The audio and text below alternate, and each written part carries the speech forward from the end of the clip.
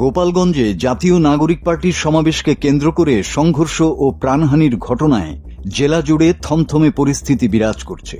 আইনশৃঙ্খলা নিয়ন্ত্রণে বুধবার রাত ৮টা থেকে বৃহস্পতিবার সন্ধ্যা ৬টা পর্যন্ত জারি করা ২২ ঘণ্টার কারফিউ এখনো চলছে। সংঘর্ষের পর থেকে রাজধানী ঢাকার সঙ্গে গোপালগঞ্জের যোগাযোগ কার্যত বিচ্ছিন্ন হয়ে পড়েছে। যাতায়াত ব্যবস্থা একদম বন্ধ রয়েছে।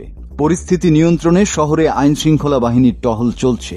গতকাল থেকে জেলা প্রশাসনের পক্ষ থেকে মাইকিং করে জনগণকে ঘর থেকে বের না হওয়ার আহ্বান জানানো হয়।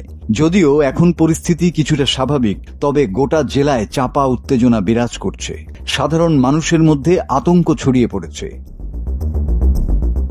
কারফিউ চললেও খেটে খাওয়া মানুষেরা পেটের দায়ে সকালে রাস্তায় বের হয়েছেন। শহরে সীমিত আকারে রিকশা চলাচল করলেও অন্য কোনো যানবাহন তেমন একটা চলাচল করছে না। শহরবাসীর অনেকেই পরিস্থিতি বুঝতে বাইরে বের হচ্ছেন। ব্যবসায়ীরা আতঙ্কে সব দোকানপাট বন্ধ রেখেছেন। এদিকে যৌথ বাহিনী রাতে অভিযান চালিয়ে ১৪ জনকে আটক করেছে। আটককৃতদের গোপালগঞ্জ সদর থানায় হস্তান্তর করা হয়েছে।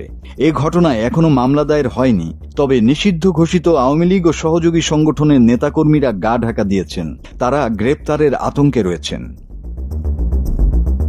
বর্তমানে পরিস্থিতি আইনশৃঙ্খলা বাহিনীর নিয়ন্ত্রণে রয়েছে।